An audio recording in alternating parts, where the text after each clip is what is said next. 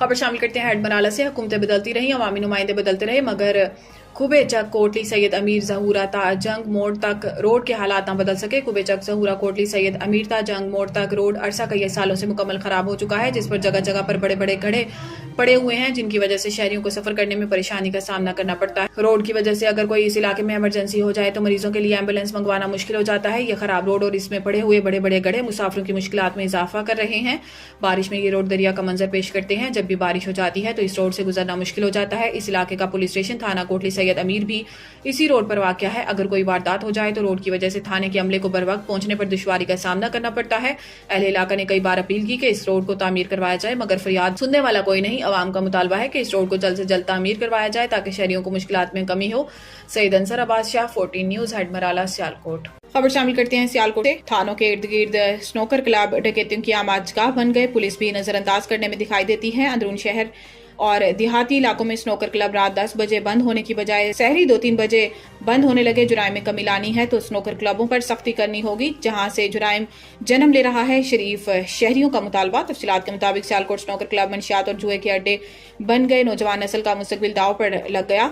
انتظامیہ خاموش تماشائی۔ سیالکوٹ اندرون شہر اور دیگر دیہاتوں میں جگہ جگہ سنوکر کلب کھل گئے، جہاں پر کم عمر نوجوان اور طالب علم سارا دن اور رات کو کھیلتے نظر آتے ہیں۔ اکثر طلباء اسکول جانے کی بجائے سنوکر کلبوں پر سارا دن گزارتے ہیں۔ سنوکر کلبوں میں نوجوان سگریٹ، گٹکا، پان، شراب اور دیگر منشیات کا استعمال کرتے ہیں۔ شہریوں نے ڈی پی او سیالکوٹ سے نوٹس لینے کا مطالبہ کیا کہ سیالکوٹ کے تمام تھانوں کے متعلقہ علاقہ جات میں قائم سنوکر کلب کے اوقات رات 10 بجے تک ہونا چاہیے، جس سے کرائم میں کہیں حد تک کنٹرول کامیابی حاصل ہوگی۔ کیمرہ ٹیم کے ساتھ سید انجم بخاری، 14 نیوز، سیالکوٹ۔ خبر شامل کرتے ہیں سیالکوٹ سے۔ سرکاری ڈاکٹروں کا مریضوں کے لواحقین کو آپ نے نہیں بچنا، اینولار لے جاؤ۔ وزیر اعظم پاکستان اور ججز سپریم کورٹ آف پاکستان اور آرمی چیف پاکستان وزیر اعلیٰ پنجاب۔ سیالکوٹ کی عوام آپ کی توجہ کی مستحق ہے۔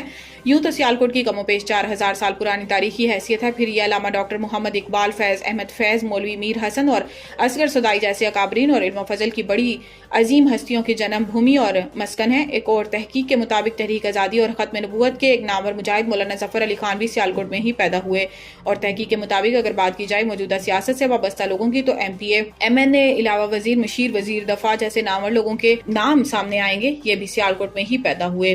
سیالکوٹ کی عملی، ادبی، ثقافتی اور تاریخی حیثیت سے صرف نظر کرتے ہوئے اگر صرف سیالکوٹ کے تجارتی اور کاروباری حیثیت کو ہی معیار بنا لیں تو پھر بھی شہر اقبال پاکستان کے بڑے بڑے شہروں کو پیچھے چھوڑ جاتا ہے۔ سیالکوٹ کی عوام کے لیے کوئی ایسا اسپتال نہیں بنایا گیا جہاں پر مشینری، پروفیشنل، قابل اعتماد ڈاکٹر ہوں جو آنے والے مریضوں کا علاج کر سکیں، اور اس اسپتال والے یہ کہہ کے آپ کو کہے جانے کی ضرورت نہ ہے کہ آپ کا علاج بآسانی اور اچھے طریقے سے یہاں ہوگا۔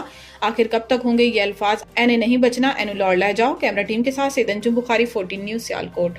خبر شامل کرتے ہیں پاک وطن شریف سے۔ وزیر اعلیٰ آمد اور لذیذ کھانے۔ پاک وطن وزیر اعلیٰ پنجاب محترمہ مریم نواز شریف کی شہر فرید متوقع آمد کے پیش نظر ڈپٹی کمشنر دفتر میں مہمانوں کے لیے بہترین کھانوں کے معیار، ذائقہ اور اقسام چیک کیے جانے لگے۔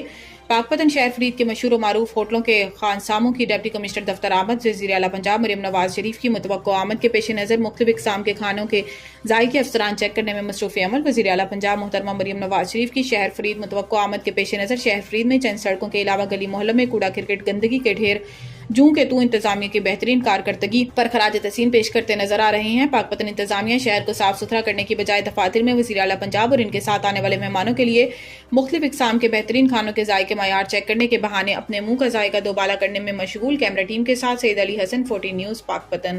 وزیر اعظم کراچی پہنچ گئے، کسٹمز کلیئرنس کے فیس لیس اسسمنٹ سسٹم کا افتتاح کریں گے۔ کراچی کے فیصل ایئر بیس پہنچنے پر گورنر سندھ کامران ٹیسوری اور وزیر اعلیٰ سندھ مراد علی شاہ نے وزیر اعظم شہباز شریف کا استقبال کیا۔ ترجمان وزیر اعظم ہاؤس کے مطابق وزیر اعظم شہباز شریف پاکستان اسٹاک ایکسچینج کی تقریب میں شریک ہوں گے۔